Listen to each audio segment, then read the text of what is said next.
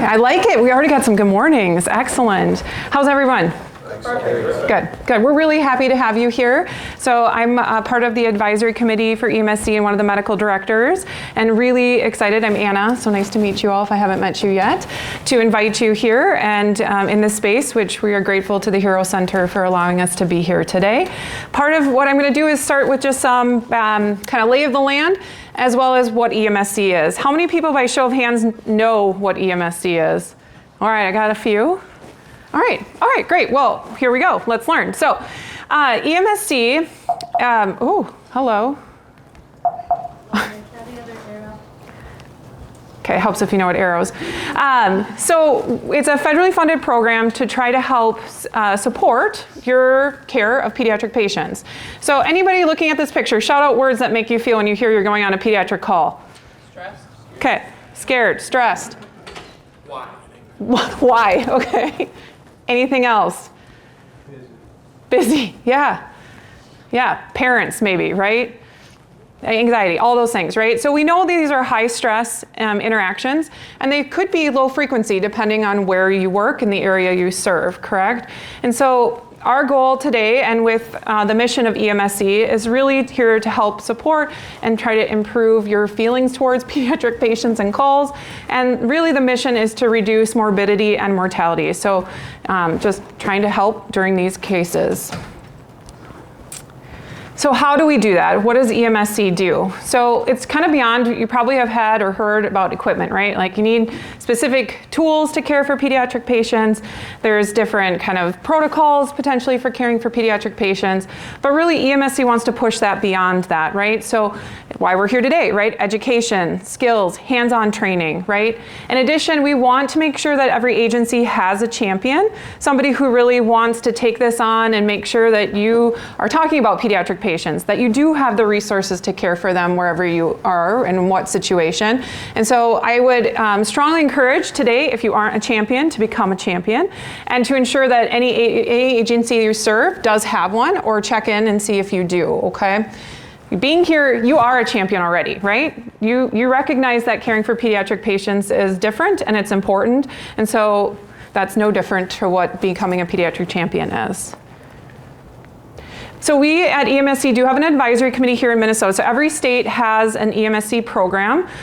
Here in Minnesota, there might be a little bit small, but projecting, but we have quite a breadth of people that are represented. We have school nursing, we have EMS, we have physicians, we have poison control. So you can kind of see it's a pretty well expanded breadth of individuals that are kind of representing, and we're always looking for individuals who are interested. We do meet generally quarterly. We've kind of moved this year to more work group specific, so doing kind of trainings versus looking at data, different aspects there. So if you're moved in any way today, please reach out to myself or Chelsea Polzine, who's in the back and was at the front desk when you checked in. She is a great resource as well.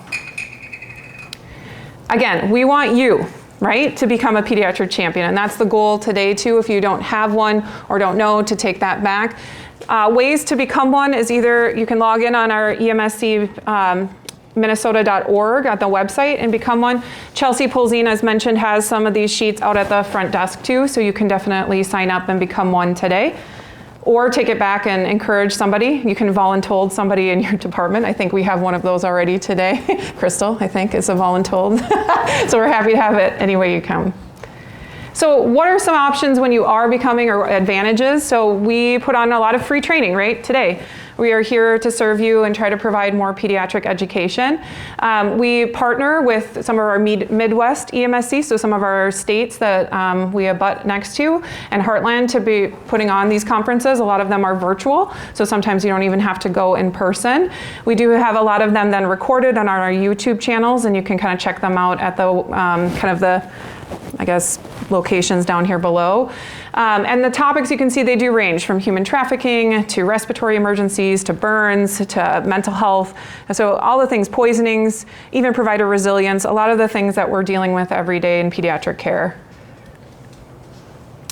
So today, just some logistics. We understand this is more about, preparation, not so much perfection, and we want you to feel comfortable. These are low stakes. This is just your opportunity to learn, work through things potentially with people you're working side by side with in the field as well. We want these to be practical skills and real world readiness. And then we want you to feel more confident when you're going on those calls, less scared, more prepared, thinking through it. Because we do know, right, early recognition and intervention lead to better outcomes in pediatric patients. And that is always our goal. Oh gosh. All right, so today there's some big thank yous I also want to acknowledge. First of all, you all. Your job is not easy. I recognize that. We all recognize that. And it's getting harder and harder, right? And it gets more challenging when you have these pediatric calls that, again, could be low frequency depending on where you are and high stress. And so we appreciate you being here. We appreciate you recognizing pediatric care is its own kind of needs, and we're happy you're here, and we hope today is serving everything you're hoping it would be today. Part of it too, if you scan the QR code, there is a pre-survey just to try to assess kind of where you are. It is anonymous. You have a number on your badge that it's going to ask you for, because we do have a post-survey. I really ask that you take a few minutes to fill that out. We hope this is the first of hopefully an annual event that we're doing, and we want to learn from you what was helpful, what areas we might be able to provide that might be beneficial in the future, ways we can make this more beneficial. As we know, not everybody can come today. We have people who have to work and be on shift. All of this is being recorded, so at least the first part, the education series is, not the hands-on portion. So feel free to ask your questions. We don't have a lot of time for questions after the speakers are presenting, so bring those questions you have when you're doing your hands-on portion to those trainers and educators. But what we would like is, because we are recording it and we will make it available on our EMSC website, is to bring this back to those who couldn't be here or maybe are expressing interest that couldn't make it. Let them know that these are videos that they can watch, and maybe do a hands-on session that you saw today when you go back to talk through some of this. A big, huge thank you to our speakers and educators. We've got Carrie, we've got Patrick, Doug's helping record these for everybody. I'm trying to see if somebody might be, but Emily, Ashley. So we have everybody here and are very grateful for their time. Was Bruce? Bruce, thank you. I was like, you guys are blended in. So we are so grateful. We can't make this happen without all of them. So today, give them a fist bump, a high five, let them know that we're grateful. Also, I want to do a kind of a special appreciation to Dr. Wagner, Emily Wagner in the back. She's highly instrumental in helping orchestrate this, and so let her know that we're grateful as well. And then Chelsea Polzine is our program manager. She is the heart of EMSC. She does a ton of work. She's where you get a lot of emails from. So today, if you haven't met her, please also let her know your gratitude. We're going to start kicking off with Katie Donahue. So thank you for being here. So she's a pediatric critical care nurse and simulation expert who specializes in preparing teams for high-risk, low-frequency events. Today, she'll help us tackle complex neurologic assessments and practical strategies for alternative communication in the pre-hospital setting. Thank you, Katie. All right. Thank you so much for having me. For all the people who've taken classes with me before, you know that me only talking for 15 minutes is going to be a challenge. So we'll see how that goes. I will do my best. These are also big objectives to try to cover in 15 minutes, but we'll give it a whirl. All right, so what is our tool that we use for literally everything neurologic as EMS or any other healthcare professionals?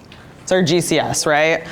But what do we do when we have people who don't meet those standards at baseline? How are we assessing them? When we think about our patients that maybe don't talk at baseline, maybe don't have motor response at baseline, how are we assessing where they are at? Are they looking at you? Are they looking at you? Do their eyes open? Maybe that's a good thing to know, right? What other kinds of things can we do to get the same information as this? Family members, yes, please, by all means, grab your family members or their caregiver, ask them what this person can do at baseline, ask kind of what their standard is, I guess you could say. What can you do how do you want to document this on your patients, first of all? Like, if you have a patient who doesn't move at baseline, but they're at their baseline, how are you documenting that? And what are you telling people? You'll document whatever GCS they are and then just say baseline group. Yes, preach. I love that so much. I have seen so many times where folks will bring me a patient who at baseline probably typically scores a 7 or an 8 on their GCS, and that's normal for them, and that's fine if that's where they live, right? But they'll document that as a 15. I would not do that personally because I don't like being deposed, but to each their own. I definitely agree with that. Put your score in as you're seeing it. Definitely add in that comment saying, oh, this is their baseline, this is what we should be seeing from them anyways. If you have a patient who does not respond, what kinds of things can we do for that noxious or painful stimuli? What are your options there? They're not opening their eyes, they're not looking around, they're questionably breathing. What are we doing? I mean, everybody's go-to is a sternal rub, right? I hate a sternal rub personally. I don't think I would like being woken up like that. What do we have for other options for giving that same noxious stimuli without necessarily creating pain? Trap squeeze. Could do a trap squeeze. I'm gonna argue that you're maybe gonna have a little bit of pain from that too, but yes, agreed. Go ahead. Babinski. You could do a Babinski because don't nobody like being tickled, right? Do we all remember what a Babinski is? Up the bottom of their foot, trying to make their toes wiggle. Well, hopefully not wiggle unless they're a baby. I think those are all great.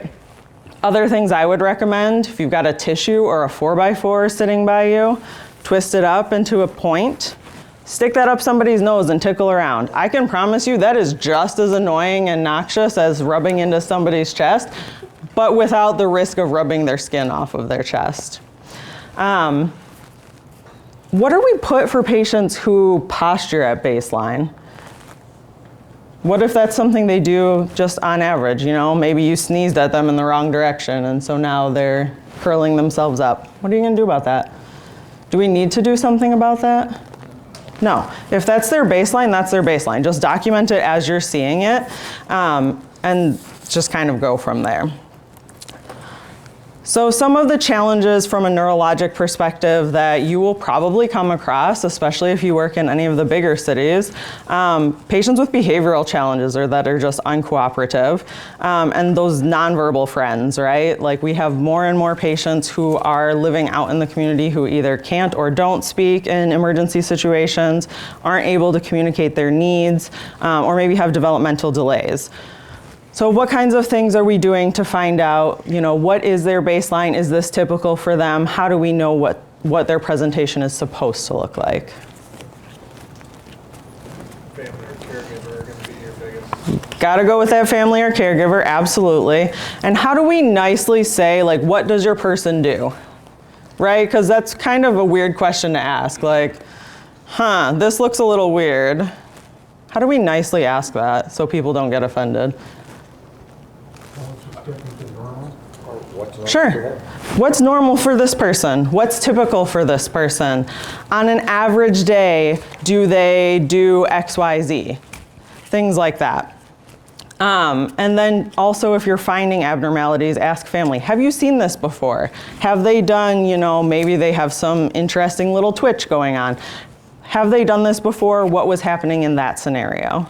I think you'll find a lot of times, especially with the patients that I have cared for significantly in my career, I come from Gillette originally, that some of them have these same experiences repeatedly when they're ill, when they have fever, you know, things like that.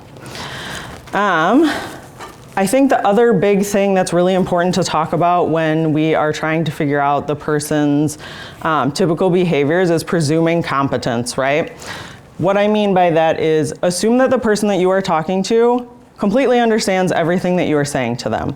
You're never gonna go wrong with thinking that somebody can do more things than they actually can or understand more things. All right, so when we are talking with families, what do we want to do, like where do we want to have the parent in proximity to a kiddo or even an adult with some delays? Like, should we have like where Jason is? Should Jason be the parent over there and I'm working with the kid over here? They should probably be fairly close by.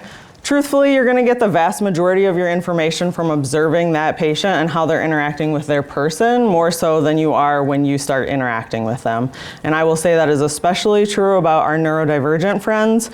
A lot of times you come into this situation and it just goes from like escalated here to escalated here, right? So observing from a distance and trying to keep as few people in that space as possible is super helpful. Bring any communication tool that person has. That's what we're gonna talk about in just a second here. But if they have a communication tool that they use and you take that away from them, they now no longer have a way to communicate with you. And all behavior is communication. So you will see something happening after that, but what that is, nobody knows, right? All right.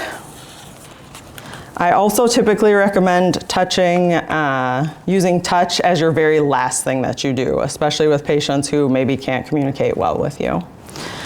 What are the things that make you super concerned when you're doing a neurologic assessment on your pediatric patient? Like, what are the things where you're like, now's a really good time to drive fast? What makes you excited?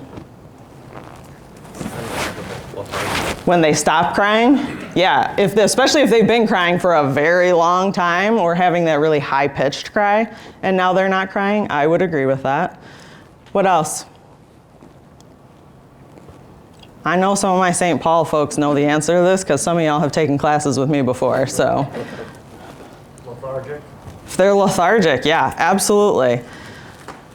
Any severe headache, if they can communicate that to you. The very obvious unequal pupils, that makes me get a little excited, and I've been doing this for a long time. Any other big ones that you think of? Use of accessory muscles. Oh, absolutely. Like if they are really struggling to breathe using those accessory muscles, 1000% agree with that. The big one that I get super excited about is extreme irritability, especially in a kiddo that's not like an infant. That extreme irritability always gets me like, it's time to go. I need more than whatever help I can provide, okay? Thoughts, questions before I transition into the other half of my talk, which is on communication devices? Okay. All right.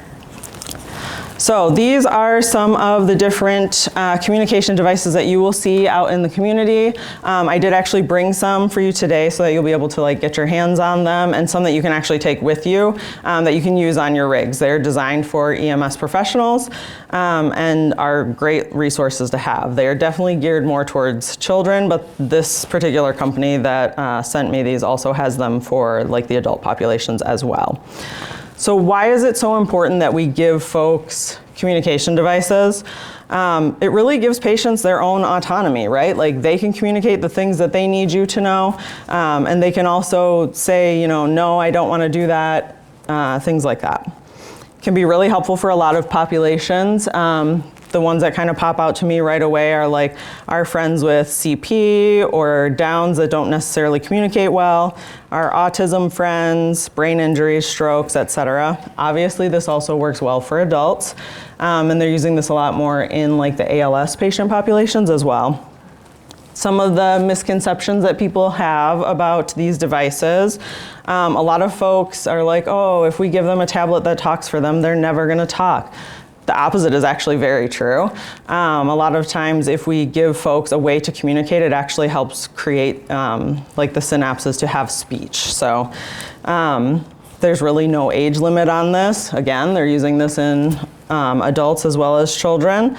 And even if somebody has limited mobility, they have methods that we can use to help them still use a device that can speak for them, whether that's something that's controlled by their eyes or head movements. And they're great. It gives people a voice. It allows them to have their own autonomy and say the things that they want to say, which I think all of us enjoy, right? Imagine not being able to tell somebody like, oh, don't do that, it hurts. Like, makes a lot of sense why people get so wound up. All right. Any class I do is always like show and tell, so I'm sorry. So these are some of the boards that I brought today. These are like your standard communication boards, things you could use in your rigs. You can laminate them or do whatever you want with them. But what these have on them are just some very generic topics that people can point and say, hey, this is what I want to tell you, essentially. They do have some that are more medical than others, and these ones are both medical speech devices. But you could even use these on like a patient who's intubated or somebody who maybe is possibly experiencing a stroke. This is a really great tool to use because they can still communicate the things that they want and need. These are not specific to any individual person, so if this is somebody who's been using them long term, these aren't like specific. You'd have to have like a bunch of different ones that would have different topics on them, but great for like your average person. As folks kind of progress through using some different devices, this is a very low-tech option that a lot of speech therapists will implement with their patients that have speech issues. And what this is a PECS, or Picture Exchange Communication System. So whatever they want to tell you, they pull off the board and hand to you. A lot of folks will have these in binders, not on boards. This is just kind of for when people are learning how to utilize this system. But in their binders, they'll have like a medical section, and they'll have, you know, stomach ache, vomiting, fever, whatever their symptoms might be, and they would just pull that off and hand it to you.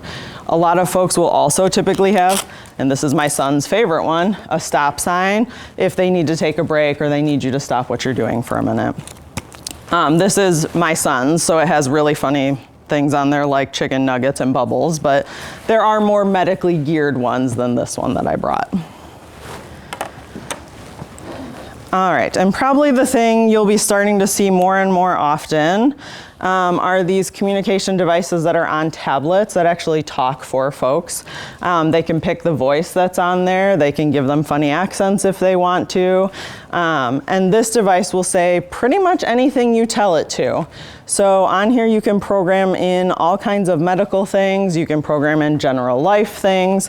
And this is how people talk. I'll be super honest with you, I'm terrible at navigating this. This is my son's old device. I have a little guy with autism. I did not take his current device so he can still talk where he's at right now. That seems mean to take it just to show everybody. But on here, you can have it say literally whatever you want. So if he wanted to say, I have a headache, he could type that in or find the little button that says headache. And you can use this to basically say anything you want it to. I will say this one does not swear, but some of the adult ones actually do, which I find interesting. Not sure why we needed buttons for that. Kidding. I like to swear too, I get it. All right, so big takeaways from that. AAC is really a right, not a luxury, right? Like you wouldn't want anybody to take your voice away, so I highly, highly recommend utilizing whatever device they use at home if that's possible. Some of these are very fancy and like mounted onto like wheelchairs and whatever space they're in at home typically. So you might not be able to take everything, but if you can take their device, please do, because that's gonna make your life a lot easier and is going to make their life a lot easier. Another big point, you have to really be patient when using these, because as I'm sure you can see on here, if you're scrolling through all these different tabs trying to find, you know, whatever else you need, it's going to take a couple extra seconds to get that point back to you or get your answer back to you. Other than that, I think that is about it. If you have questions, please let me know. I love to talk all things AAC and neuro because I live it. So if you ever think of anything, let me know. Otherwise, I have all kinds of devices and things for us to play with later on today. Thanks.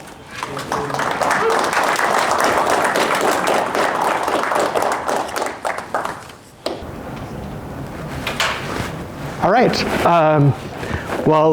Thank you all for having me. I am not Maria Floor. Unfortunately, Maria could not be here, so I'm stepping in to kind of cover her talk. So, but we are going to focus on pediatric trauma and hemorrhagic shock, and we'll talk about a few things there. So these are the objectives, really all shock oriented. So hemorrhage is really one of the most preventable forms of shock. So it is going to be a way that people die rapidly if it's uncorrected. And it's really important that we step in and can intervene with these kids, or these people, I guess. What would be the definition of shock? How would you define shock? Hypoperfusion. What were you saying? Decompensation. So it's really a lack of oxygen perfusion and oxygenation of our tissues, right? So it really deals with two different systems. It's both the oxygenation and it's the lack of the carrying capacity of the volume or blood that we have. So we're looking at both of those things when we're talking about shock.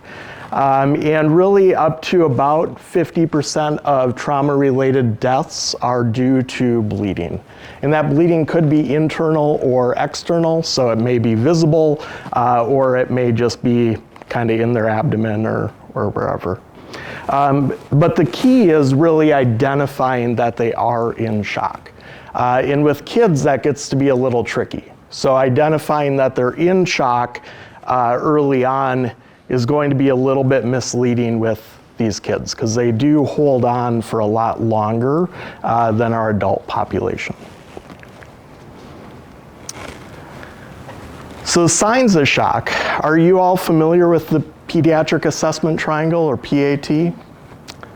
That's become kind of a baseline or a staple in a lot of pediatric education. So for those of you who may not be as familiar, it uses ABC in the form of a triangle. A relates to appearance. So I think of this as kind of our across the room assessment. So what are we seeing as we walk into the room? And so appearance has really two separate sides to it, but what is their perfusion status? What do they look like? So are they pale? Are they diaphoretic? Are they cyanotic? Are they flush? And then the other side, which is really what it relates to, is more about kind of their mental status. So are they lethargic? Are they interactive? Are they kind of following you or tracking you with their eyes? And with our pediatric population, it's much different when we're talking about a 2-month-old or a 2-year-old or a 12-year-old. It's going to be different, dependent on their developmental stages. So as we look at these kids from across the room, how are they interacting and is it appropriate for their age level? And then, as was mentioned previously, how are they interacting with their caregiver? So whether that's mom or dad or an aunt or a teacher, how are they interacting with them? Because that's going to be more kind of telling of what their baseline is. B is work of breathing. So how hard are they working at breathing? What's their rate? What's their tidal volume? How are they looking? And then C is circulation. So we can get that off of vital signs, but we can also just simply get it off of a simple cap refill. So what's their cap refill time? What's their pulse rate? How are they looking kind of circulatory wise? As we look at their skin CMS, that's really a lot to do with cap refill, and cap refill for kids is going to be a better telltale than our blood pressure. So as we're assessing these kids, getting a good cap refill and probably reassessing that each time you do vital signs is going to be a little bit more telling as to what their overall status is than trying to look at their blood pressure and maintain that. A change in the BP is going to be a later sign for these kids. So they tend to hold on to their blood pressure and maintain really, really well, and then it drops later on. And as you think about it, blood pressure relates to systemic vascular resistance, and then our cardiac output, so stroke volume and heart rate. So they compensate by increasing their heart rate, and they do that really, really well.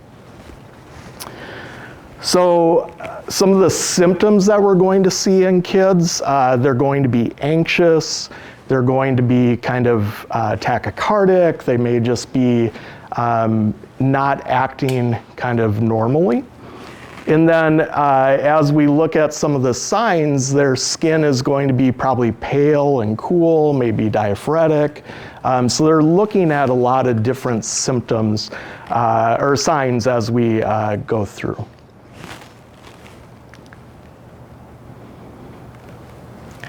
I had to read this top sentence a couple times. So why do we will our patients to be better? And this slide really has two different meanings to me, but denial during shock or during trauma is a really common thing that we see. So our patient is going to be denying the fact that they're as injured as they are. They're going to be denying the fact that they're as sick as they are. But as providers, we're looking at this otherwise healthy 4-year-old and we're thinking they're doing just fine. They're going to be just fine. Maybe respirations are up a little bit, heart rate's up a little bit, but they're anxious. That's common, right? But as we're kind of continuing to evaluate, that continues and eventually their blood pressure falls off and now they're in cardiac arrest and now we're dealing with a totally different situation. So dealing with that denial factor for our patients is going to be key, but we also have to remember to us when we're called, that's a sick kid that's in front of us. Something changed, something prompted mom or dad to call. And whether that's a medical situation or a trauma situation, we may be getting there thinking this isn't really a big deal, not, kid fell off their bike, crashed, not a big deal. But as we're looking at this, that could be something that would cause us to miss something or cause us to delay treating somebody. Most of us don't like to start IVs on little kids, and so the tendency is for us to wait. And so if we're waiting until they need it, it's probably a little bit too late. So we need to start thinking about those treatments in advance, and we need to probably treat a little bit more aggressively than we do in the beginning.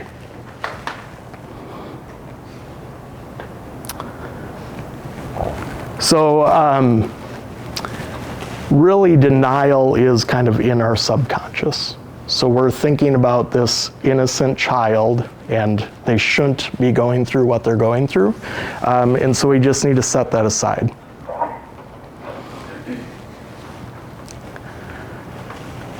So we should always start with thinking that our kid is really, really sick and then trying to prove otherwise. So are they in shock? We should start to really think, okay, they are maybe doing well right now, but what do we need to do to keep them kind of in that healthy state, that status state? So as we're looking at this, we're going to start treating for shock. So what are our initial treatments for shock? What was that? Get them warm. Warm, okay, so blankets. In trauma, we talk about making them naked, right? But I have stepped in the back of a lot of ambulances. I was former flight, so as we would step into these ambulances, I would step in and see a naked patient, and they had been naked for 10 minutes. So we need to cover them, we need to crank the heat, we need to do things to prevent heat loss, right? What else? Oxygen, I'm hearing. So high flow oxygen, probably non-rebreather, 15 liters, or bagging, 15 liters, right? What else? Fluids. Fluids, okay. So what's our fluid resuscitation for a child?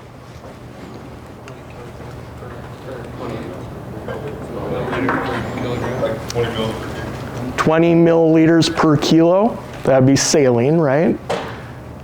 There's actually a 10 milliliter per kilo though, as well, so it depends on kind of the age of your kiddo and what we're looking at, also your local guidelines. So as we're volume resuscitating, what are we doing to their blood? If they're losing blood on the ground and we're putting saline in, what's that doing to their oxygen carrying capacity? Yeah, we're just diluting their blood, right? We're making it into Kool-Aid, if you will. So we should be thinking blood product. Where do we get blood product? Hospital, some rigs, some systems, right? I know Lakeview is carrying blood, Burnsville, Hennepin, flight crews. What's that? Maplewood almost. Maplewood, there we go. So we're getting more and more blood product out in the field. So that might be a reason to call for mutual aid. It may be a reason to expedite your transport sooner. Okay, what else? What goes along with blood? TXA, right? So that one we have to be a little careful of, depends on your age group, but TXA may be appropriate. I think we hit the highlights, right? So we talked about oxygen, we talked about volume, we talked about keeping them warm. Anything else we do for shock? Stop the bleeding. Stop the bleeding, yes, yes.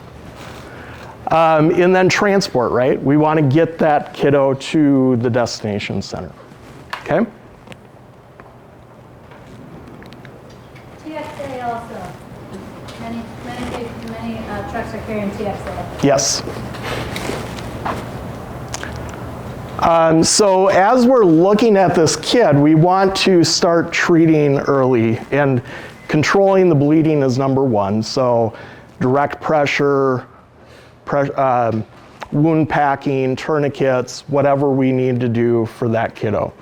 Getting oxygen on board, talked about keeping them warm, and I will not go into that next slide. So are there any questions? Okay, thank you.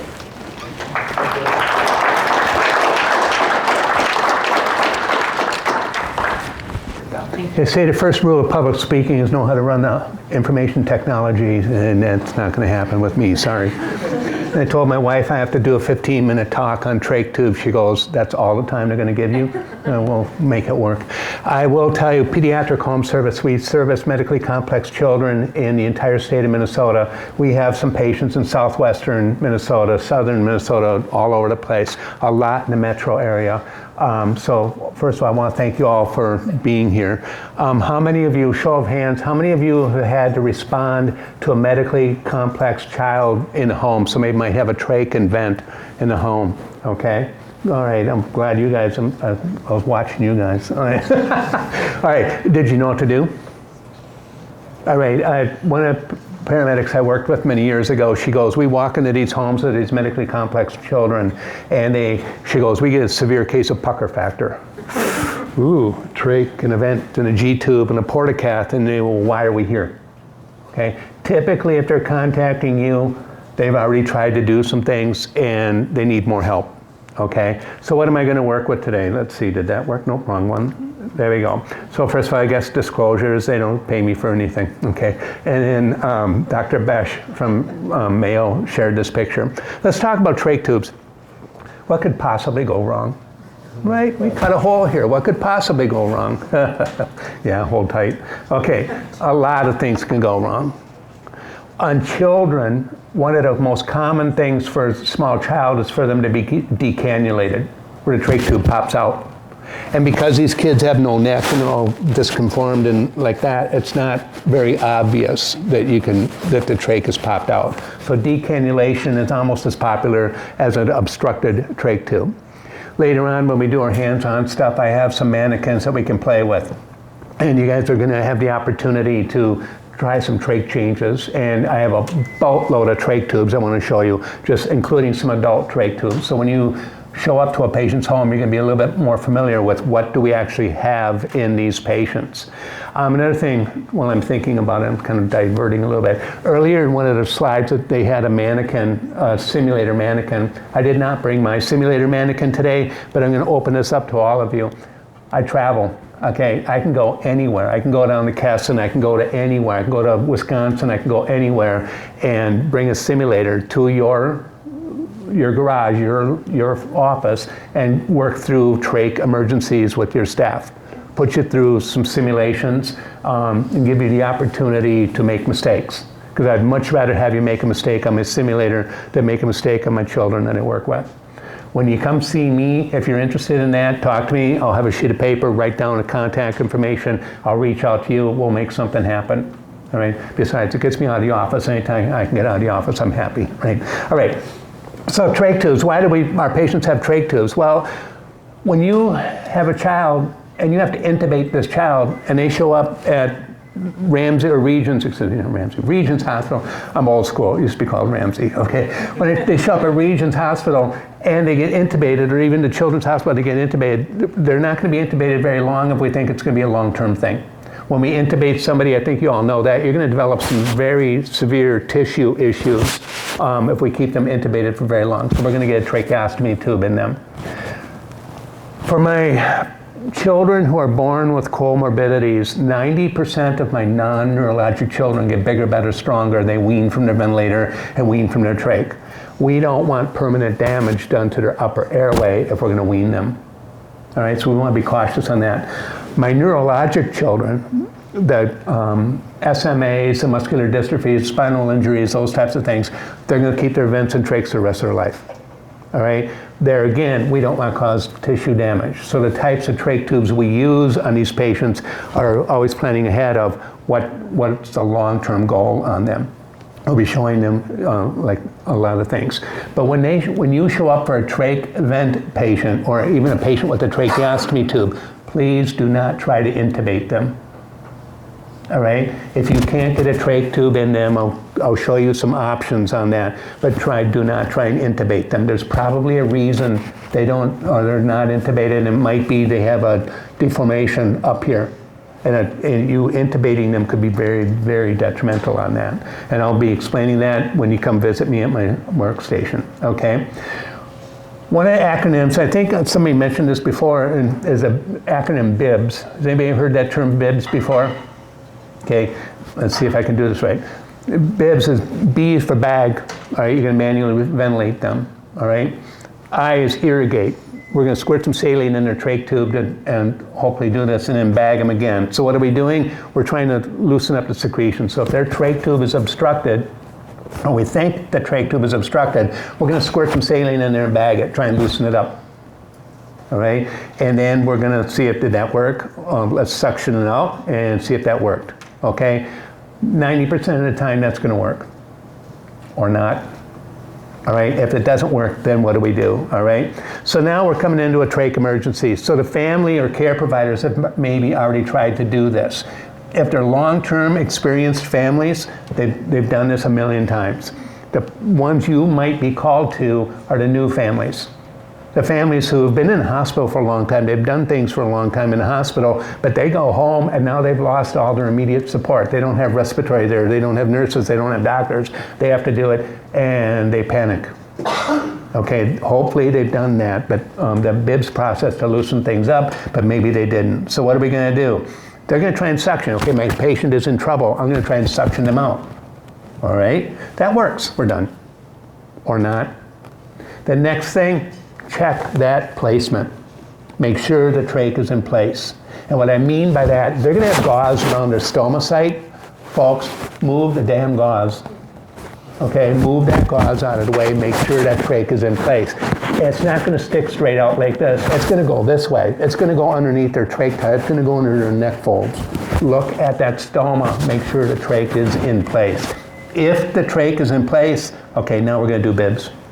The bag, irrigate bag section, try and loosen it up. I don't have ability to put it on this slide, but when you come back or come to my place, I have a really neat little video of a mucus plug at the end of a trach tube. So you go through and they suction, they didn't get anything, but as soon as they pulled the suction catheter out, the mucus plug flipped back down and it plugged up the trach again. So, they're going, okay, we're not getting anything because they had a flapper valve mucus plug in there. So we're going to try and ventilate and Bibbs process, including suction again, like that. All right. If in doubt, switch it out. If you can't ventilate them with their trach tube, or you get the trach tube in place and you still can't ventilate them, there still could be an obstruction, but if in doubt, we call it switch out, change that trach tube. These are things hopefully the families have already done, the care providers have already done. They may not have yet. Again, that panic mode sets in, especially for new families, right? Then they're calling you, all right? So be prepared for that pucker factor. Ooh, trach vent, all right, but be prepared for that. And then what we might have to do, if we get a trach in place, so we successfully change a trach, and we still can't ventilate them, there's one of two things happening. They might have a mucus plug further down, like near the carina, or pneumothorax. Okay, knock on wood, a pneumo in a home is not very common, but don't rule that opportunity out, that might be the situation. That I'm going to leave up to you. Okay, respiratory therapist, it's been a long time since I've had to deal with a pneumo, all right? But if you think that trach tube is plugged up and we can't clear it out, we're just going to keep doing this, the deep suction, irrigated bag suction, and maybe deeper down. When you come back or come to my workstation, we're going to talk about safe suction depth. And safe suction depth in a child is typically only to the distal end of the trach tube. We don't want to, on a normal kid, unless we've already exhausted all other options, a normal patient, we don't want to extend the trach or the suction catheter much beyond the tip of the trach tube because we could cause severe tissue damage. We could scratch, tear, or perforate the trachea. Then your day gets really bad. All right, so we're going to talk about, so we only do this deep suction, or the deep bibs, if we successfully get a trach in place, but we still can't suction a patient because of other potential issues. What if you can't get a trach in place? All right, we do a trach change, trach tube popped out. Well, they're going to have their primary size trach, but they're also going to have a trach that's a half size smaller. Example, let's say they have a 4.0 inside diameter tracheostomy tube. If they can't get in that place because the stoma has clinched up, then we're going to try a half size smaller to a 3.5.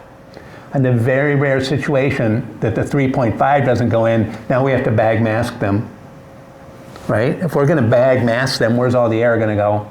Out the stoma site, okay?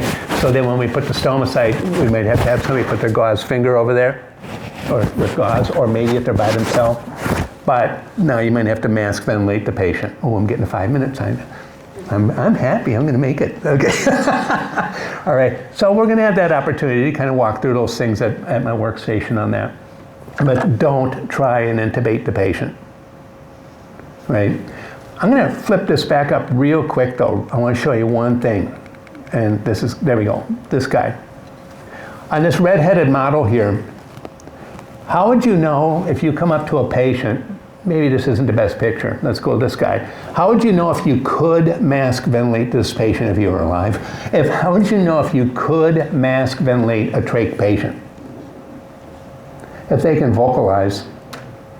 If they can make vocal noise, you have the opportunity to do mask ventilation if needed. If they don't vocalize, it might be that they have a cuffed trach like this. It might be that they have some sort of upper airway obstruction, okay, tracheal diversion, or it might be they don't want to make any noise. So not making noise doesn't help you. But if they can make vocal noise, you know that if you're not successful at getting a trach in place, you can mask ventilate them. But here's the problem we have. Get through this. One of these patients is not going to survive because of user error. 25% of the children who die at home on the medically complex children that die at home on trachs and vents, 25% of them die because of inappropriate response by the care provider. They didn't identify that the trach popped out. They didn't know how to put a trach back in. They didn't know how to clear a trach. They gave a wrong med, whatever. They didn't hear an alarm. Okay, 25%. That's a lot. When they call you, Don't make make sure you're not the one that's causing the 25%. Okay? So what we're going to do is when you guys come back and talk to me, I have some mannequins. I have a lot of trach tubes. I'll demonstrate safe suction depth. I'll give you a chance to change trachs on a mannequin that I have. I even have an adult mannequin. Oh, one more thing. Do I have a moment? Okay. One of my long-term patients became an adult, and he said that people are too aggressive with the trach sites. He says it's really uncomfortable when people are really messing with the trach site. So he told me to teach people this thing. He told me to do it. So I need you all to sit up straight. Sit up straight. Come on, wake up. There you go. Okay, take 2 fingers. Take 2 fingers, touch your throat. Just touch. Don't push, don't do anything. That's all you need to do to keep a trach in place. Now, push down. That's not comfortable, is it? Don't hold the trach in place. Prevent it from popping out. So if my adult patients are telling me that people are being too aggressive with the stoma sites and trach sites, what are the non-cognitive patients experiencing? So when you start messing with the trach and they get very, very uncomfortable, maybe it's you. Maybe you and I are being too aggressive with the stoma site. Last thing, a trach tube is as slippery as a wet noodle on a spoon. Right, if you let go of that sucker for even a moment, that trach tube's going to pop right out. So prevent it from popping out. Don't hold it in place. I'm hearing impaired, so I can't take any pictures or take any questions from you now because I wouldn't hear it, all right? But come up and talk to me, play with the stuff, and remember that if you are interested in me or my company coming to you, no cost, all right? It's free. I'll come to your office, your place, and show you stuff with our simulator. Right? Awesome. Look forward to seeing you at my table. Right? Cool.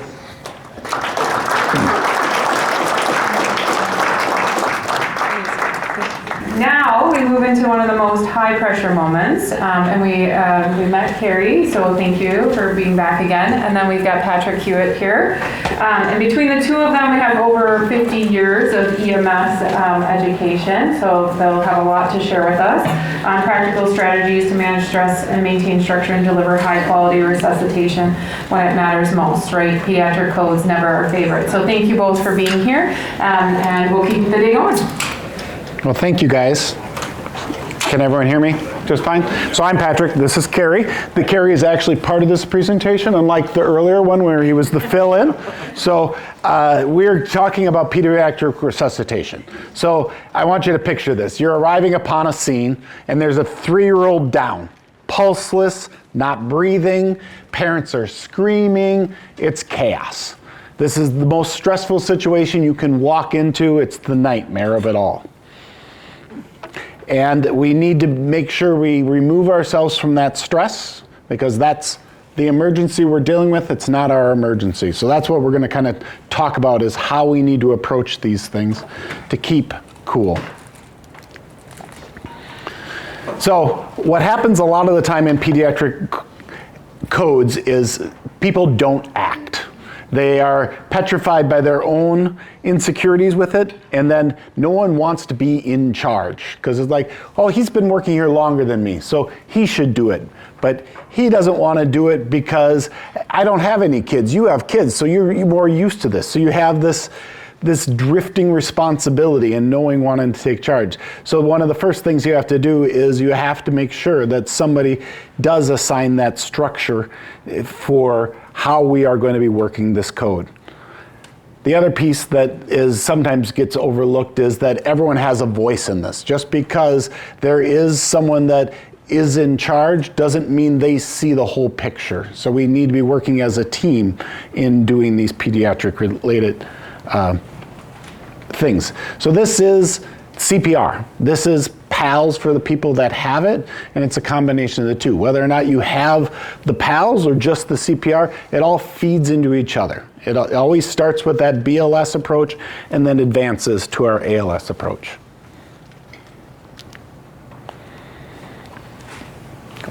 Go ahead, Carrie.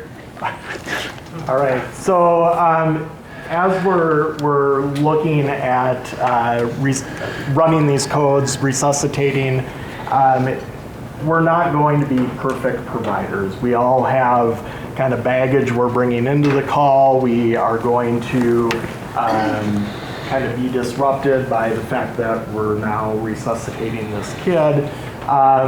And unfortunately, our individual training isn't going to be really sufficient. We're not going to be able to go in there and save everybody by ourselves. It really takes a team effort, a team dynamic. And when we're dealing with a pediatric arrest, this is really a high stakes environment. This is our kind of top tier call that we're going to, that we need to be on our A game and we need to be doing the best that we can. So practicing this is really, really key, and practicing with your team and knowing kind of your different functions and how do we interact. And unfortunately, we're not going to get kind of time to practice right before that specific event, so we need to take that time ahead of time. And we can't hit rewind, we can't redo things, so we need to be as prepared as possible. So, as we said, this starts with the basics. Everything starts with CPR. There's no other interventions that are going to be as useful or productive without the CPR being the core to it. It's not about IOs, it's not about video laryngoscopes. If it's bad CPR, nothing else works. You're not going to circulate the medications you're giving. Defibrillation without CPR is not going to rectify the situation. So good CPR, and this is all well researched, well documented, but compression depth is really important. So that's about 1/3 the diameter of the chest. So that varies by your size of your kiddo. Our rate is 100 to 120. That's going to be standard for all adults. Everybody knows, or all patient populations. Everybody knows the Staying Alive, Another One Bites the Dust is another song you could use. I just taught a group of 7-year-old CPR. We used Baby Shark. Baby Shark plugs in. Never get it out of your head again, but you can use that to kind of maintain that rate. Allowing full recoil. We see this as the arrest goes on, as the code goes on. People start resting on the chest. And so allowing that full recoil with minimum pause in between is really important. And then as time goes on, as that compressor is compressing, their skills are declining or degrading kind of throughout that resuscitation.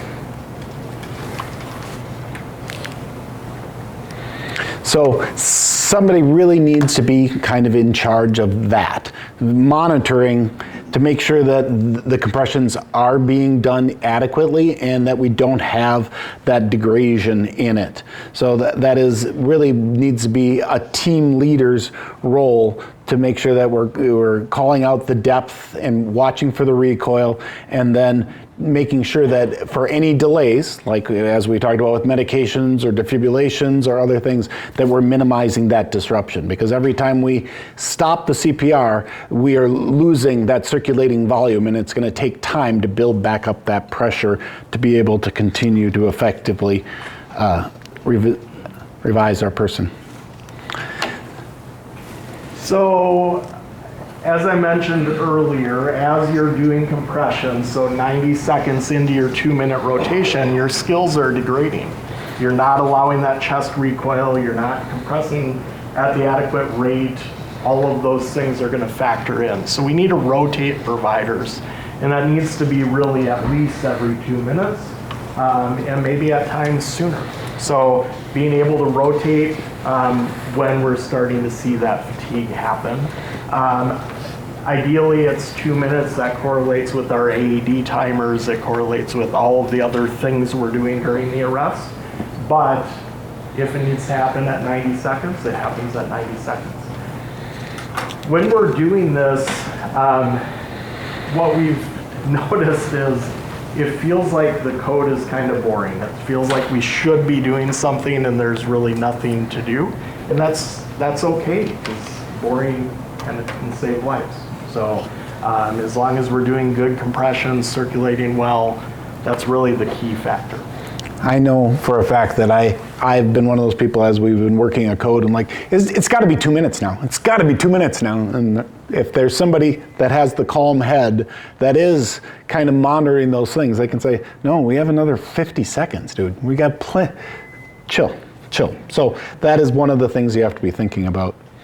Another one that we need to talk about is overventilation. This mistake kills good CPR.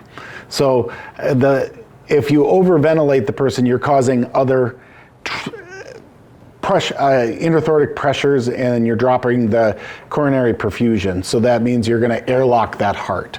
And it's that excitement and that zealousness that we do when we're dealing with these pediatric patients. So making sure that you have the appropriate size bag, and you're not over squeezing it, and you're not going too fast, or other things you have to. Again, this is where if you have somebody that has the cool head and is watching from the outside, it's the time to be like, I think you're going a little fast.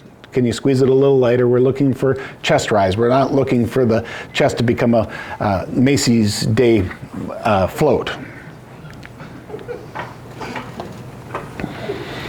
So, according to AHA, for our infants and pediatric populations, it should be 1 breath every 2 to 3 seconds. We're looking, as Patrick mentioned, just enough to get that chest to rise, and that's going to be appropriate. When we start CPR in unsecured airway, we're going to be doing our standard 30 to 2 or 15 to 2, depending on how many providers you have.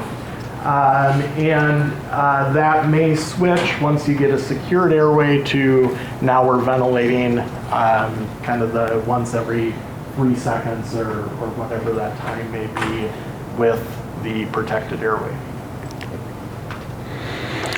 So every code needs to have someone that is in charge.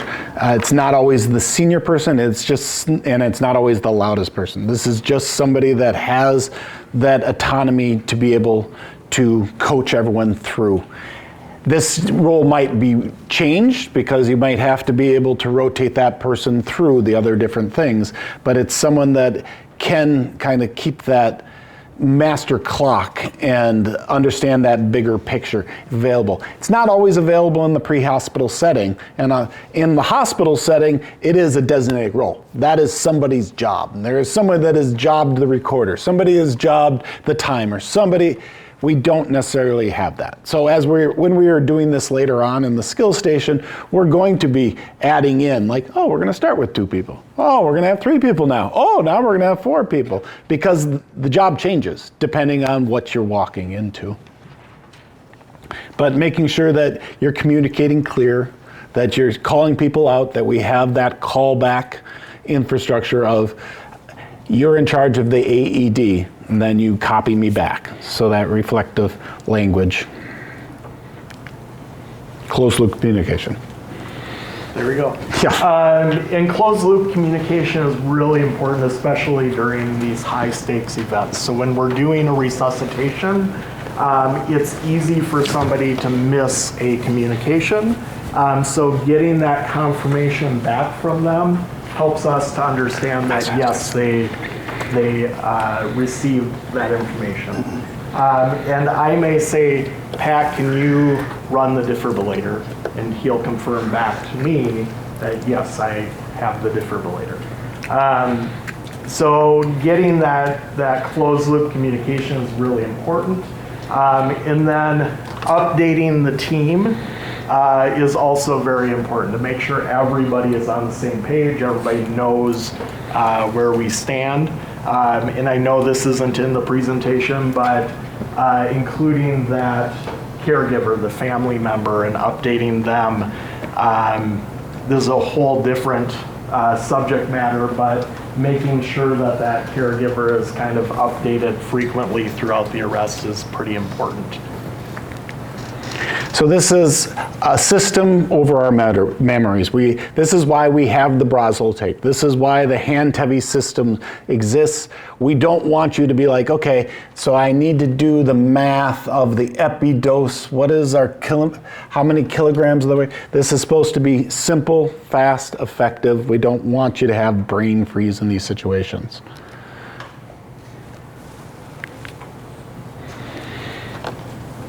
So how we end the code is really, really important. Again, making sure that everybody is on that same page and making sure that we've exhausted all of our efforts. And really it's about kind of taking control of that space and of that room. And here is the mention of the family member. In the hospital setting, you probably would have somebody that can just be tied to that family member the entire time.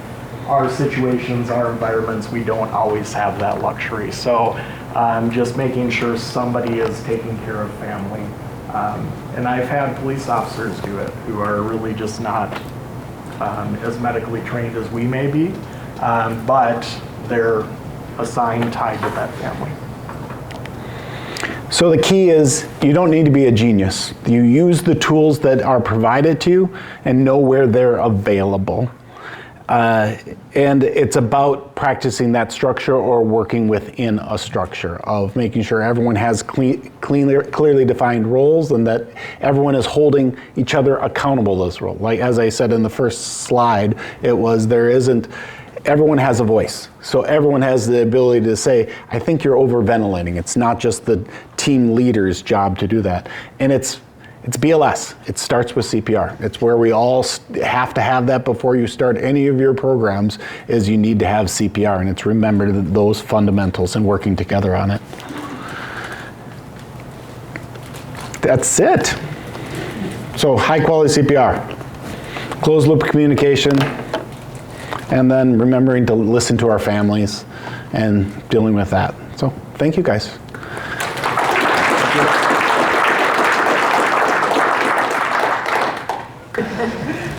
All right, I'm Ashley Strobel, and I'll tell you guys a little bit about me, but what I really want is to hear a little bit about what you and what you're looking for. Bruce started us out on this topic really well. I recently did have an EMS call about a trach emergency that dislodged in the middle of the night. That's a tough one.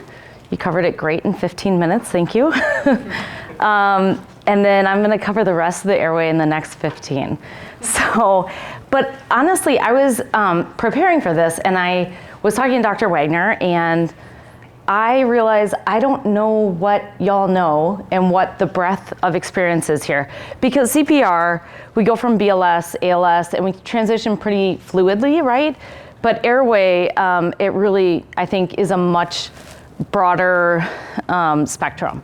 But the knowledge is transferable just like it is from CPR, like with airway. So your adult stuff can definitely transition over. The only thing I'm going to talk about is what is different with pediatrics, okay? And some key caveats. So I'm going to tell you guys who I am, and then I want you to tell me, and because I only have 15 minutes, I will bribe you, whoever talks, and Mike, I know you're shooting for one. I have a good arm. I'm fully prepared to get it over the third base there. So I went the wrong way. So first of all, thank you guys for having me. Next, again, just the differences and then how we can improve this. I do pediatrics, sort of. I don't work in a clinic. I only do this in the emergency department setting. And I do emergency medicine, so I see adults and kids. And so, just like you guys, I have to transfer this stuff over, and I have had to come up with ways for myself to remember things.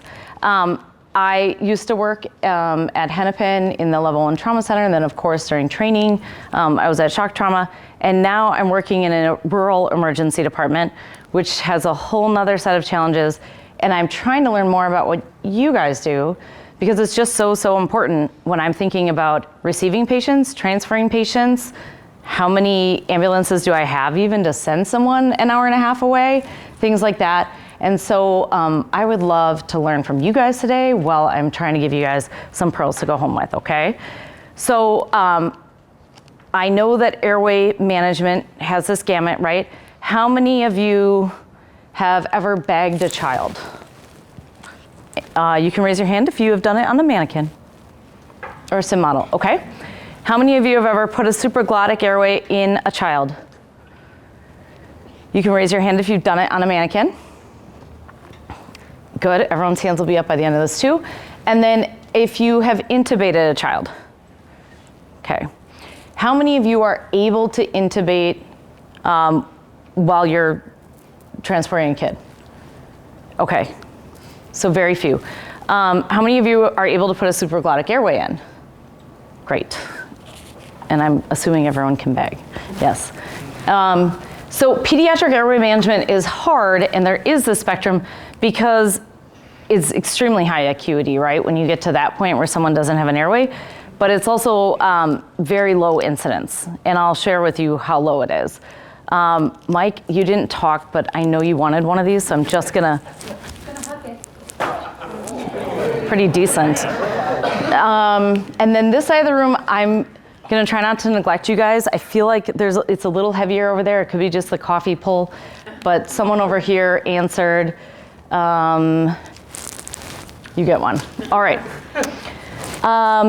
Also, kids, they don't stay itty bitty, and they are not adult size, and they change pretty rapidly over that spectrum. We can predict those changes, but you either have to have kids of your own, and by kids I mean more than one, with a plural, because learning from just one is hard. But you have to have kids of your own or nieces and nephews that are close in that young age. And your kids can't be over 18 because you forget, because you were so sleep deprived in those early years that like milestones have gone out the window for you. And you'll have to revisit that when you become a grandparent. Also, it's really important because the first time that we start manipulating the airway is when we can start causing harm. And our first job is to first cause no harm. So when you've got that trach emergency, if like the kids breathe in with that hole and that stoma open, like, hey, just sit back and hang out.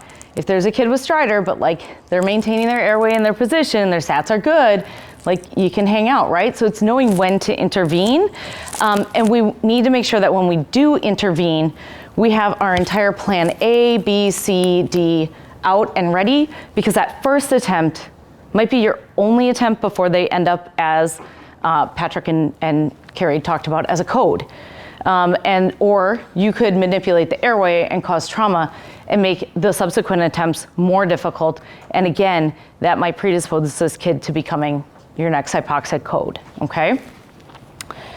All right, so intubation, supraglottics, bagging. It seems like intubation pre-hospital is falling out of favor. I will say that there is a trial coming out kind of trying to better look at this, because everyone has wondered, bagging, supraglottic, intubate, what do we do? But I think the reason it's falling out of favor is because acquiring and then maintaining competency in these skills is really, really challenging. There's only so many pediatric anesthesia cases. There's only so many days that you can get to go in and do that. There's only so many days that you might have with a mannequin, right? So to speak to that, the first past success by anesthesia, so in the OR, these are kids who come in medically optimized by their primary care physician for an elective case. They can be woken up and sent home, not your patients, okay? Their first past success in pediatrics is 80%. You would have expected 100, right? These are the so-called experts, right? It's not that easy. Then you've got the pediatric emergency department. These folks should be doing this fairly frequently. Actually, there are studies that show in big volume centers where there are fellows, so someone who's completed residency and then goes on to fellowship before they're an attending supervising physician, they will maybe have less than one pediatric intubation a year in real life. So again, seen as an expert perhaps, right? They've got these plans in their head, but getting to actually do it is low. And the first pass success is somewhere between 60 to 80%, depending on the studies you look at. And I will tell you, it's really middle of the road there, like right around 75, okay? Then you have pre-hospital. Studies have quoted about 60 to 65%. There are a lot of challenges that you're dealing with pre-hospital. You don't have the space that I have. You don't have all the tools right there, right? You're kind of unpackaging to repackage, okay? And you can't like lift the head of the bed as well. And so there's good reasons why this is the case, okay? And you're doing fewer. But the first pass success for supraglottic airways is fantastic, okay? So as you can see, the red is the supraglottic airways and the blue is intubation. And then it's the bottom, the x-axis, is how many intubations like that person has done. And then the y-axis is percent success, okay? And so you have much better success with your supraglottics in the red, even given more and more attempts. So a novice can put in a supraglottic and have success right away, and that's huge, okay? And then for intubation, it's like everything else, practice makes perfect, okay? And again, this study will help us know a little bit more. So when we think about why you guys might need to work on airway management, there's a few scenarios that we think of, right? Pediatrics, I think one of the ones that we all wonder as you get a call to is like a seizure. You're not really sure what you're walking into. Are they gonna be actively seizing? Are they gonna be done seizing? Like what's the scenario? What has happened before you got there? Has there been trauma involved as well? So there's a lot kind of going on there. Usually the kids with seizures, not necessarily neurologically normal also, so you might have some other things working against you. Trauma's a big one, and then cardiac arrest would be another one. And funny enough, I think respiratory like a respiratory call is actually one of the least frequent where you're gonna have to manage an airway. It would seem that that's not the case, but really it's the head and the heart that are getting you there, okay? And the high risk scenarios where folks fail, young age less than 2 years old. So if any of you can think back to any of your pediatric calls, what is the age that you're typically getting? Less than 12 months, I heard? Absolutely. That's gonna be one of your number one. And that's one of our high risk scenarios. And then signs of an upper airway obstruction. So if you have a kid who's choking on something, kid with a history of a difficult airway, we said a lot of these are gonna be neurologic kids, so that could be the case. So there's a lot of scenarios that you guys already encounter. So I'm gonna move a little bit faster because I only have 5 minutes here, but some pediatric anatomic differences. So first of all, they have huge melons, okay? Compared to their body, right? Like not big compared to us, but huge melons. And then they have this short neck and trachea. Kids start out drawing pictures and they start with just a head. The eyes take up like the entire head, but they never add a neck until they get much older along. Because honestly, none of them have a neck till a little bit later anyway, right? You guys have tried to put a C-collar on these kids. That's like a useless experience, right? So another problem is that lack of neck. They have a huge tongue. Why? Because they were just having to suck milk. That is a tongue muscle that you have to use to transfer. So compared to the size of their mouth, it's really big. Not a lot of teeth in there. Then as you move lower in their airway, they have an epiglottis. Everyone does. As you get older and when you're younger, it is longer, it is floppier, and that is to protect you from choking.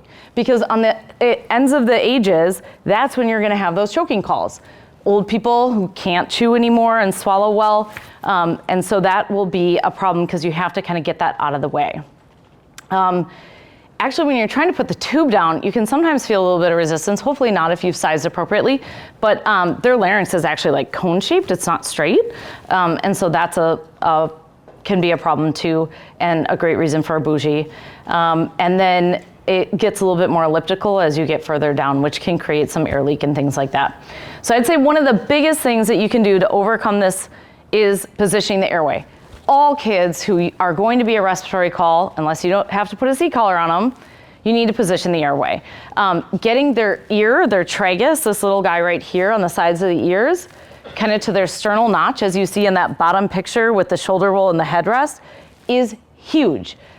The number one thing that I see is touch that baby. You are not going to break it, I promise. And if you think you will, go spend a day in the NICU. You can't break those babies either. It's one of the reasons that I love that I had so much neonatal experience, because you have to touch them, bring them up to you, put a headrest under them, and get that ear to sternal notch. It will help, just like with any scenario, okay? As you can see on the bottom, when you take that head and you put it up in a sniffing position, so your nose is up and so your head down here like this, and you can hear me talking and the difference, gotta open that airway. It brings that epiglottis up on its own, so you get a more direct view of your airway, okay? But either way, it opens the airways no matter what device you're gonna use. So when you're bagging, we shouldn't have them done like this where we're squishing them in the face. Gotta bring them up, bring that mandible up into the mask, okay? They don't have a ton of mandible, you're gonna just have to grab it. And then calculate equipment size and depth. We just heard that for cardiac arrest, same here. So huge. There's more math and ticky-tacky math here, okay? So age over 4 plus 3.5 will get you your ET tube size. Use your hand TV, okay? Like, go for it, but a lot of times on the call before you get there, you do know the age, so if this is helpful to you, then you can apply some multiplication math. This is slow thinking. This is stuff that needs to be done before you get in the heat, okay? So if you multiply your ET2 times 2, that's where you can get OG-NG fully. You guys aren't gonna be placing those, okay? So that's not like a huge deal. Times 3 is the depth of your ET tube. This is what I want you to remember, okay? Times 3 will get you your depth, because a centimeter of difference can be a main stem or an extubation. Main stem intubation, your SATs might not be coming up. Someone might think there's a pneumo. They might want to put a chest tube in this kid. So depth is so huge, and you're always going to go deeper than you think with a kid. It's inevitable. Times 4 will be our chest tube, but again, you're not placing those, okay? Physiologic differences. Kids are not normal, we know that. They can outrun you any day of the week. They can also outmuscle you if it's time for a poopy diaper change, and you will be full of stool, right? Like, we know that they are different beasts. So they have a high metabolic demand, which is why they can run all day and then drive you until exhaustion. And so they use a lot of oxygen. They need almost twice that of adults, okay? And they have that increased basal metabolic rate to pull that all in. They also have smaller lungs, so they can't bring in as much. Also, when they're babies, God made them squishy. The reason they're squishy and made of cartilage is so they could fit through the birth canal, so they could grow, so you could accidentally drop them and they wouldn't totally break, that their siblings could sit on them and they wouldn't totally break, okay? I realize that my time is off, so I'm just gonna, you guys tell me I can totally stop, but, and they have reduced apnea tolerance, okay? So like, if they stop breathing, they're gonna code on you, okay? And they will definitely get hypoxic more quickly. Their chest walls are also more compliant. That's why you see a kid using increased workup breathing. Adults don't do that. If you see an adult using increased workup breathing and pulling in between the ribs, you got a serious problem, okay? That person's gonna die pretty soon here. But a kid doing it, totally normal, sort of. Like, we'll send them home that way sometimes from the ER. And people think we're crazy, but like, we do. So your oxygen is so important, and if we can overcome that by offering them extra oxygen, great.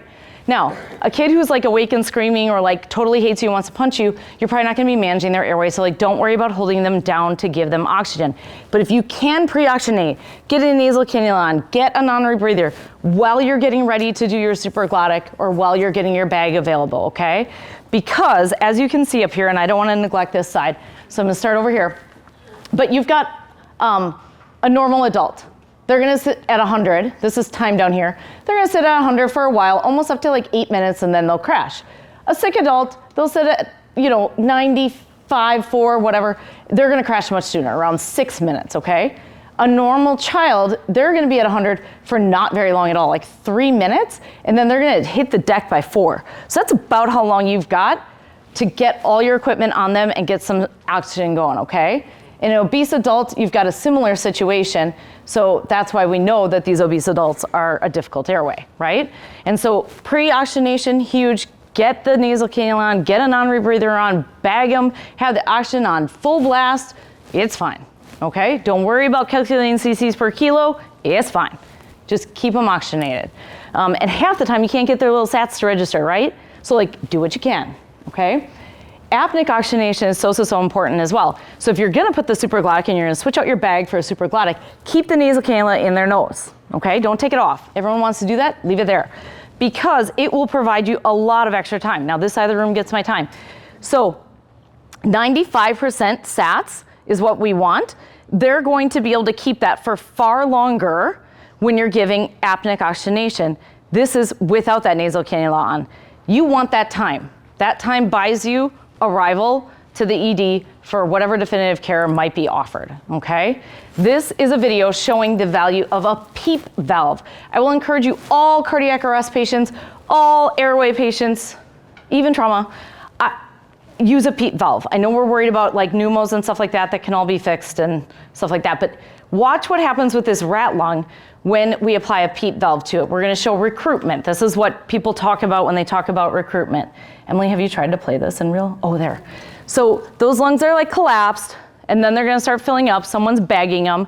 This will take us like 15, 30 seconds. Sorry to steal time. Okay. And you can see those little airways, those little bubbles popping open. This is with a PEEP valve. It's holding your airways open, and then it's allowing you to open up more of them. You need to recruit that. Their little tiny airways are made like their bodies, squishy. They will collapse on down, especially the bronchiolytics, especially kids who have been down for a little while. If you have a drowning kiddo, they don't have surfactant, they can't keep those open. They really need the PEEP so you can pop them open and keep them open. I firmly believe all kids with cardiac arrest should get a supraglottic airway and have a PEEP valve on that BVM, and you will find more ROSC. Have I studied it? No, but that has been my experience, and I think it's so important. One thing I will tell you though, is I want you to have a manometer on your bag, okay? So you don't pop them, okay? Just keep the pressures on the low side. If you have the PEEP valve, you can even do lower. It feels like a lot when you're bagging, but it's not that much. The last thing is, because my scenario depends on it, and we'll do the scenario in a little bit, but you need to have a McGill forceps. That's what this is called. So you can take a look for any sort of airway obstruction and remove it if you have it, so you're not pushing things down further and lodging them, okay? And then we'll do the case scenario later today. But don't watch. Okay, so preparation is key. Get your equipment ready. The anatomy is different. Position them. The physiology is different. Give them oxygen. They want it, they need it, give them oxygen. It's a med, but like the kids are gonna need it. And then bag with a PEEP valve, okay? I think supraglottic devices are the bomb.com. I start all my cardiac arrests that way while I'm making sure I have my equipment, I have my meds, I have my people. Like it just buys me hands and time, and it's like having a Lucas, but for the airway, okay? And then please, let's continue to work to improve pediatric airway management and get it up to where it is in adults. These kids have so much life to live. Their number one source of dying is gonna be this, well, like trauma obviously, but it's gonna be probably a respiratory arrest that's gonna cause a PEA arrest. So they need the oxygen, they need your maneuvers to get that, okay? All right, questions I'll take later. And I have one more.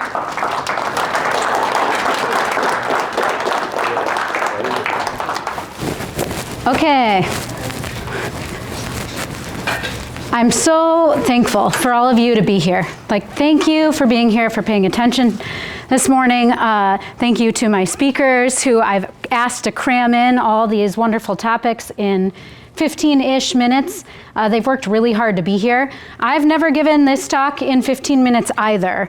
I know you guys, I'm gonna focus my attention over here because it's the same thing that you've already heard, just the abridged version. But in my opinion, we can't hear it enough because this is very different than what we've already talked about today, okay? Let's see if I go the right way now. Okay, so what is neonatal resuscitation? We've learned about pediatric codes today. We've learned about trach emergencies. We've learned about all that good airway pearls that Dr. Strobel just talked about. We're gonna expand our knowledge even more. So if you get a call to a 6-month-old baby who is in distress, that's not what I'm gonna talk about right now. If you get called to the 2-day-old who just got released from the hospital, or the 24-hour-old, because actually that's when you can get out of the hospital these days after you give birth. If you respond to an arrest of a 1-day-old, that's not who I'm talking about right now, okay? This is who we're gonna focus on right now. So the baby that is coming out, the OB call that you get where mom's pushing, or the baby just born who was recently attached to a placenta minutes ago or is still attached, okay? The resuscitation of this population is totally different than what we've already talked about today. Got it? Okay. So, why does this matter? What is the oxygenation source for that baby who's the last one that I just showed you? Mom, placenta. You guys, for once, I'm just going to ask you to be quiet. That's great. That's great to be quiet. So, usually I have to make you talk all the time, but you guys, shh, don't give it away. Yes, mom, the placenta, okay? The oxygenation source, I'm not being cheeky here, of that 2-day-old, how do they oxygenate? Themselves, their lungs, right? Okay? That is the entire talk, okay? It's not, but that is the difference, okay? And everything that we talk about from here on out is based on that fact. This is important to you because especially there's some rural folks in here. Like, we're not doing OB hardly anywhere in this state anymore. All these gray boxes were where OB was available. Delivery services were available in the year 2000. In 2015, it's greatly reduced. Like, bad part of the state here. You got to go a long way to deliver a baby in a hospital. Since 2021, here are further hospitals that have fully cut their delivery services. Fully cut. And locally here, Regina Hospital in Hastings stopped doing deliveries in 2022. So anyone down here now has a pretty good way to travel. Owatonna was thinking about just cutting their OB services, and the community fought back. So it matters. How many of you have delivered a baby in the field? Okay. Get your hands up high. How many of you, keep your hands up, needed to resuscitate that baby in some way or another? Okay, so a little bit, all right? You need to know, because babies are unpredictable when they're born, and you might be transporting them 2 hours to get to a hospital, right? So, why is this resuscitation so different? So we already talked about the main difference, because their oxygenation source is different before they're born into the world. That means that the very first thing that we do when they get out is not compressions. It is not compressions, okay? So I want you to maintain all those pearls that Patrick and Carrie taught you earlier, in that compressions are everything, except in this situation, okay? If you were recently or still attached to a placenta, please do not start with compressions. You will not save that baby. Okay, why? Well, their hearts are different when they're in the womb, okay? So their nice oxygen source is right here. It is the placenta. In a human heart, adult heart, that doesn't have any holes in it, that doesn't have any like VSDs, ASDs, how much of the blood is going to the lungs? In my adult heart, I do not have any extra holes in my heart. How much of my blood from the heart is going to the lungs? Not a trick question. 100%. You have to be quiet too. You've heard this talk like 85 times. Okay, so 100%, okay? Because what? Why? Because my heart has sent the deoxygenated blood back to the heart. It needs to go to the lungs to receive its oxygen and then back out to the body. In the fetal heart, before you are born into the world, it is 10 to 15% only that goes to the lungs, okay? Why do the lungs even need any blood at all? They gotta grow. They're actually taking oxygen, right? The lungs are taking oxygen to grow, okay? So there's a couple holes in the fetal heart that actually shunt most of the blood away from the lungs and back to the body. Okay? So look really hard at this picture. If this baby comes out, you're there, you're witnessing the birth, mom's pushing, baby comes out, they are pulseless and blue and not doing anything. What happens if you just start chest compressions? There's no drive for the baby. You're creating the drive that the baby's going to. You're trying to pump the heart, sure. How many pumps do you think you have until you run out of oxygen? Not very many, okay? The other thing that I'm going to teach you is that the way that these holes close in the heart is by delivering the first breath. There's a reason why everyone starts crying when they hear the baby cry, you know, like we need to hear that first breath because the lungs are full of fluid when they're in the womb, okay? That first breath, it opens up the lungs, it pushes out the fluid. Now the blood can rush to the lungs, and that rush of blood to the lungs coming back to the heart closes the holes in the heart. You cannot change the physiology of the fetal heart without giving the first breath. And if you are still trying to pump blood without helping those holes close, what percent of blood is going to actually go to the lungs for oxygen? 10 to 15%. Okay? Ventilation first is necessary to make this transition from a placenta-dependent fetal life to a lung-dependent newborn life. Ventilation first, not compressions. I dumb it down for myself, turn the fish into a baby, please. And how do we do that? With this magical tool called an ambu bag. And I am 100% with Dr. Strobel. Please put a PEEP valve on there, okay? Please put a PEEP valve on there. All right. Heart rate, actually, not oxygen, is also the driving measure of resuscitation in this population. Also quite different, right? We can't rely on a pulse ox reading because that baby is already transitioning when they come out of the womb, right? Like their blood is already kind of mixed, deoxygenated, oxygenated. It takes 10 minutes for a normal baby with no problems whatsoever, 10 minutes to come up to 100% oxygen. So if you put on that pulse ox and you're staring, if you get a good perfusion, right? If they have a pulse at all, if you put on that pulse ox and they are, 70, 80%, you can't really go by that. I want you to only put the pulse ox really to measure a heart rate, okay?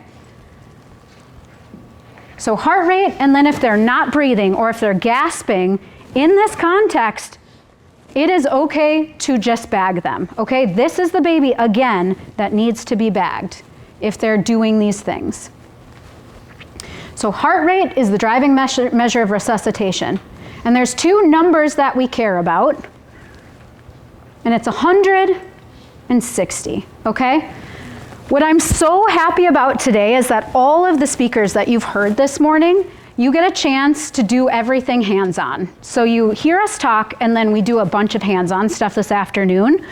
So we are gonna practice neonatal resuscitation. I'm gonna go over these heart rates like 1,000 times for you, and you're gonna lock it in by the time you leave here.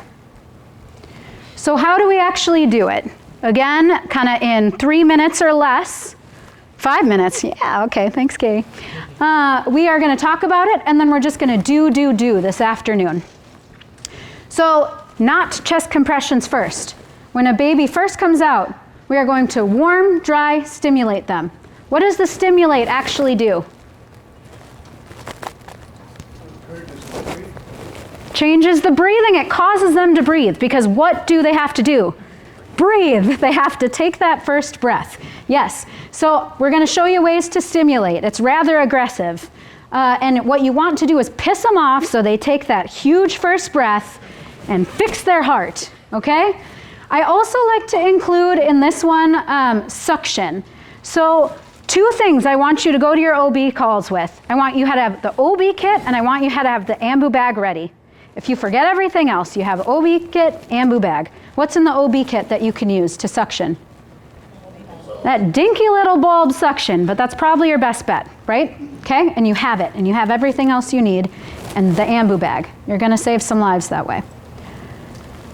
If the baby is pulseless, doing nothing, or if they're like kind of looking puny and you measure a heart rate and it's below 100, you're gonna go to step number 2. What do you suppose that is? Breathe for them, and the fancy breathing term, right? Positive pressure ventilation. So what that means is get that ambu bag out. If you haven't suctioned yet, please suction before you stick it on their face because they're trying to get all that fluid up and out. And usually there's a big goober in the back of their throat, and you don't want to have any obstruction when you try to give them that first breath. It's a different cadence than we're used to. Everything in this population is faster. Okay? It goes breathe 2, 3, breathe 2, 3, breathe 2, 3, breathe 2, 3. It's a waltz. I'm going to make you say it like you're going to do it when we're in my station, and we're just going to keep doing it. I'm a emergency medicine doctor and a pediatrician, and I love rainbows, and really please just focus on number 2. This fine, but if a baby is not breathing, like I want you to focus on number 2. And then if this isn't working, I want you to get all the way down. If you have the privileges to get all the way down to the supraglottic airway placement, I want you to get there before you go to number 3. Because again, if you haven't opened up those lungs for the first time, this baby is not gonna make it. What do you suppose number 3 is? Chest compressions. Great. What comes with chest compressions? Shh. Breathing. We're never going to stop breathing for this baby. Great. In the adults, when we are doing chest compressions, what's a good part of CPR that we haven't really talked about today, honestly? Epi, okay? Epi, right? So we're going to give epi with chest compressions when we get to that point. And we'll talk about ways that you might give that in this recently born baby. Unless you're an all BLS service. If you're an all BLS service, then you're not. But you know what I'm going to tell you? In this population, this is going to fix the problem most of the time anyway. If anyone leaves today and they have a recently born baby and they go straight to compressions and giving epi, I'm going to be so mad about it because you will save lives if you encounter this situation and retain this information. But yes, an all BLS service doesn't have the option. So focus your BLS skills. Yep. If your heart rate is below 60, obviously pulseless, you're probably going to get to number 3, but maybe not if number 2 works. Or your heart rate is below 60, we're going to go to chest compressions and epi. And the cadence is even different. It goes 1 and 2 and 3 and breathe, 1 and 2 and 3 and breathe. It is fast. So all those things in Carrie and Patrick's talk where you got to designate a person to a job is even more important here because I cannot think about anything when I'm just trying to count out my compressions. And then if I'm breathing, which is my most important job to save this baby, there's no way I can do something else. So call for help. I even give you the option in the session of ignoring mom completely, and that's not realistic, right? In real life, you have 2 patients. If you have multiple gestation, you might have more than 2 patients. God help you, but it's happened to St. Paul this year, so. Okay. Breathing is best. Breathing is best. Breathing is best. We're going to practice. This afternoon is going to be so intense because you're going to go through 6 stations. We're going to have lunch here soon. We're going to have a hot start at 12:45 is when we're going to start the stations. So you guys. Do you want them to figure out their number now so that we just go right into station? Sure, yeah. Okay, so we have about probably 8 to 9 people per station. If you came with a crew, I encourage you to work with your people.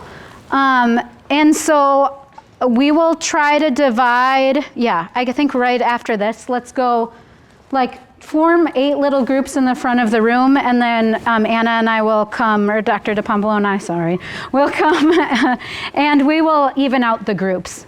And then you guys always, I'll move you if you're not together. We'll make you meet new people. Okay, I think that's it. Okay. Okay.